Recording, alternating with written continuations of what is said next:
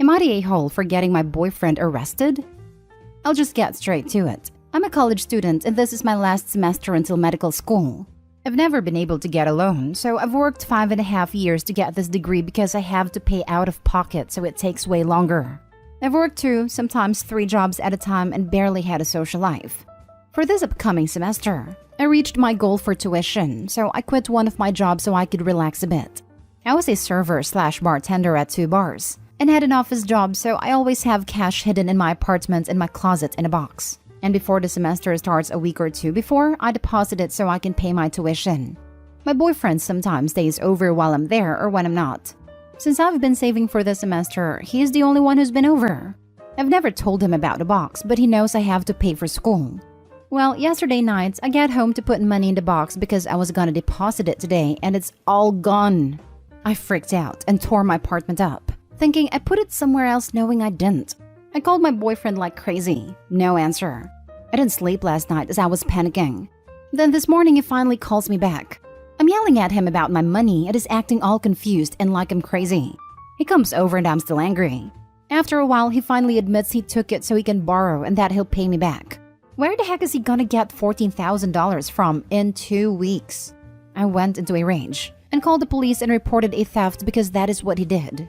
Well, it's been hours now, and I guess he got his phone called because his family has been blowing my phone up, and his mother has said some really hurtful and racist things to me. They've been harassing me for the past 6 hours now. It is stressing me out even more, and I hate that I'm feeling bad for him. But he stole my money that I've been saving for months. His brother did call and he was respectful and said they'll help him pay it back, and I should just go to the police station with him and tell them I want to drop the charges. But I really don't believe them. I could do that and never get my money back still. I don't know what to do, and I hate that I'm contemplating doing this. I'm just really angry and have been crying all freaking day. Now for the top comments. Do not drop the charges. $14,000 is a huge amount of money. His family are lying. They are not going to pay you back. Your boyfriend's first response was to lie. He only admitted the theft afterwards. They will take off and run, and you'll never see him or any of them ever again. Why would you drop the charges? He stole from you. He deserves to go to prison. Also, if you do drop the charges, it's possible that any insurance you have will be nullified. You might be able to borrow money from somewhere, but they would need to see evidence of your ability to save money. You'll need a police report number as part of this application. If his family are banging on about paying the money back, tell them that they can sell one of their cars ASAP and pay you back, as courts usually charge interest on money judgments. Not stay home. Not stay home. Break up. Press charges. Get your money. Stop keeping $14,000 in cash in your closet. I'm not saying she deserves it. She clearly doesn't. But it seems like an unnecessary risk with no upside. Not stay home. Very sorry that happened to you. You could tell them you'll drop the charges as soon as you get your $14,000 back. And then don't drop the charges. Just block them all and move on. Do not drop the charges. He stole from you and you have no guarantee that the money will come back. If his family really want to help, they can pay the money back to you so they can tell the judge he has made restitution for a better sentence. The trust in this relationship has gone out the door and it is over. Block his family on your phone. You do not need their abuse. Before you do, if you have any messages from them, save them and ask the police for an apprehended violence order to prevent them from mistreating and threatening you. This. OP, please pay attention to this. Also, I'm so sorry this happened to you. In addition to dealing with the police, etc., reach out to the administration at your school and let them know what happened. Hopefully, they'll be compassionate, and at the very least, defer your tuition payment date so you can start classes as planned without paying late fees on your tuition. Who knows, maybe there are scholarship dollars or a bursary they can help you out with. Also, I am so incredibly proud of you. Working your way through school like that is not easy, and you did it. I've already made an appointment with my advisor and financial aid for Monday. I'm hoping they don't drop my classes. Thank you for the kind words. It's been hard, but I know the end result will be worth it. Next story. Am I the a-hole for calling my ex-wife spiteful, selfish jerk after she tried to convince me to sell our late son's apartment? I'm 54 male, my ex-wife is 52 female. We have been divorced for over 15 years. We had a son together, Michael, who passed away this May at 22 years old. He was a firefighter and died at a job. Michael's girlfriend Ilhan is 21 female and is pregnant, due in October. Her very conservative parents kicked her out for getting pregnant outside of their religion.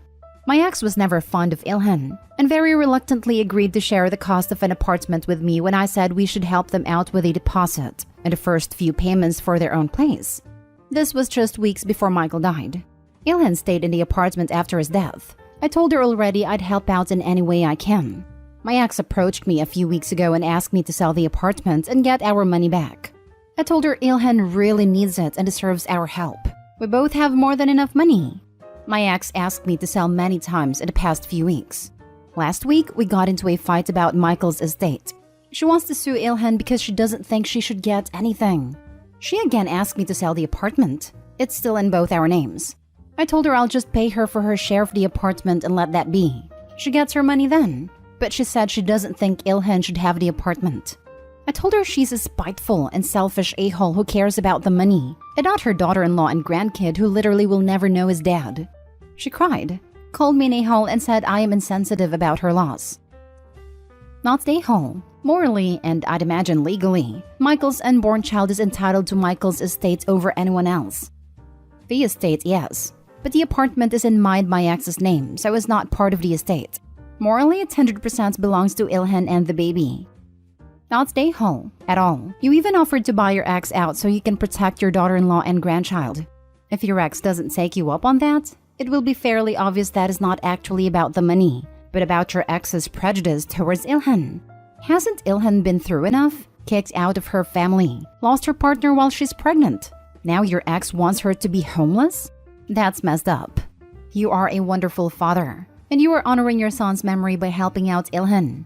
Not the a-hole in any way, shape, or form. I'm so sorry for your loss. I really hope that having Ilhan and your grandchild in your life will be a healing presence for you. Thank you. She's an amazing young woman, and I'm sure will be an exceptional mom to a lucky little one. And you, sir, will be a great grandfather to your grandson. He will grow up knowing that his grandfather will always have his back and protect him and his mother. He will love you and look up to you. Not the a-hole, brother. Your ex is either really going through it rough or they're truly awful. I hope it's the first one. I got no context for losing an adult child, but my intuition is that if I lost someone like that from my life, and the person they loved can still be in my life, I would take that opportunity all day and twice on Sundays. I would cherish it. Losing Michael was by far the worst experience of my life, and I can say with complete certainty that nothing will ever come close. Having Ilhan here, having had her support through this time, has been life-saving. And knowing that in a few months, a little bit of my Michael will come back to life, makes me completely smitten. Next story is titled, Am I the a-hole for refusing to put my fiancé on the house title after he kept handing me empty pens as a prank? I, female 34, have been with my fiancé, male 37, for 3 years. Getting married before the end of this year and recently moved in the house that I inherited from my mom. The house is in my name, and it took a lot of talking and convincing from him to have his name on the title as well.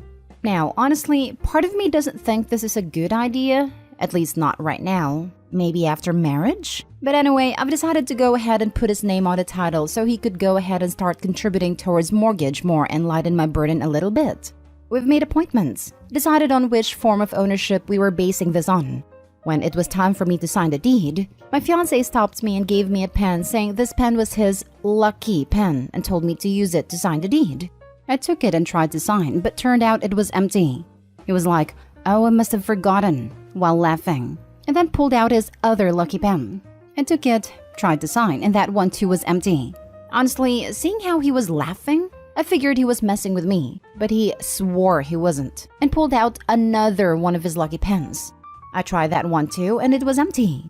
My fiancé started cackling, and I felt humiliated, especially with how the gentleman next to him was staring. I got angry and asked him what that was about, and he said it was a prank. I asked, "Really? Did you really think this was a time for pranks?" He was like, "It's all right. You can use a real pen now." I pushed the paper away and said, "You know what? Never mind, because I no longer want you on the deed." He lost it completely, saying we had a deal and I can't back out of it just like that, and that it was a stupid joke that I took too seriously. We had an argument and I refused to sign the deed, at least not then and there. At home, he blew up again, saying I was the one who delayed the process, and that he already gave me a real pen and all I had to do was sign the damn paper and get it over with. He accused me of looking for an excuse not to have him on the deed, and started a silent treatment saying there's nothing to say till those papers are signed. Did I really take this too seriously? Now for the top comments. Not today, Hall. Red flags all over. 1. He pressured you into putting him on a deed? That's weird unless he has selfish motives. My husband literally suggested he not be on the title to my car to maybe help with the insurance costs. Because we're gonna be married anyway. Why does it matter? 2. He is very immature. You don't behave like that at a serious time like that. He wasted everyone's time. 3. He blew up at you for correctly chastising him instead of acknowledging his own fault and apologizing. 4. He's giving you the silent treatment, which is an extremely toxic thing in relationships, and yet again immature. 5. He's more interested in getting access to your property than how you felt in the situation. Hun, I implore you to not put him on the deed. And depending on if this behavior is normal for him, I'd give a long and hard thought on if this is really what you want for your future.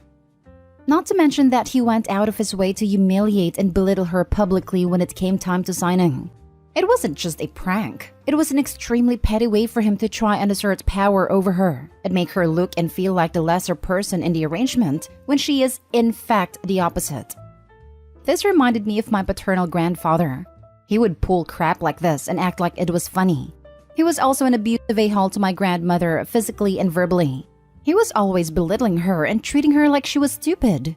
She was miserable until she ended up in a nursing home after breaking her arm. She refused to cooperate with physical therapy because then she couldn't go home. She literally was happier there than living with him. Hope you don't end up like my grandma. Not the a-hole.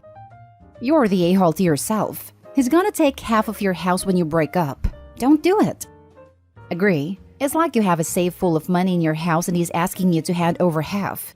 You're not even married and this was yours alone before you being a couple. This is not something you built together. It's yours. Don't do it. Yep, they shouldn't be signing a deed. They should be signing a prenup that says the house is hers and maybe they will share in any appreciation, since he will be financially invested. Now for the last story. Am I the a-hole for not wanting to financially contribute to my boyfriend's home repairs even though I live with him? I, 25 female, live with my boyfriend, 28 male. I'm in grad school and work from home full-time. He works full-time. I make $60,000 a year. He makes $200,000 a year. We split bills 70-30. 20% of my income goes to paying for grad school since I have a bartending side gig that I use to cover the expenses of it. We moved in together into an apartment that we both chose, and things were fine. But then when the housing market started getting really bad, he got anxious about not having property in his name and bought one. I didn't really care since we're not married and he can do whatever he wants with his money. Forward a few months and our lease is ending and he waits until 3 days before to tell me we have to move out. They already leased our units because he didn't renew the lease, and we move into the townhouse he bought. I'm an avid DIYer, and my mom is a general contractor and previously an architectural engineer, so I've done tons of home improvement jobs at my mom's house and my childhood home on my own. Kitchen, bathroom, backyard, flooring renovations, etc. My boyfriend is now upset because I told him that not only will I not do any of that at his place, that is only in his name as it should be, I also won't financially contribute to renovations. It would be different if there was structural damage or things in need of fixing, but he just wants updates because the townhouse has all of the early 90s finishes. I have enough on my plate right now with both jobs, grad school, and hella debt. I'm not going to play Bob the Builder in my small amount of downtime, especially when I will never profit from it. He said I'm selfish, I don't care about him and has been acting weird since. Am I the a-hole? Edit. We split all bills 70-30. I pay 30% of every single bill, including mortgage, HOA, and property taxes, outside of grocery and pet care, which I pay 100% of. This doesn't include our personal bills such as car payments, /insurance, /health insurance, etc. I did consider marriage and a future together before the surprise move. Now I'm not as sure. I've told him that, and before we ever closed on a property, we discussed that I would not have anything to do with the rehab projects outside of recommending contractors and materials because I have too much on my plate. Half of his work time is spent golfing to network. I think this is the perfect time for him to learn a new skill himself. I didn't have a say in the location.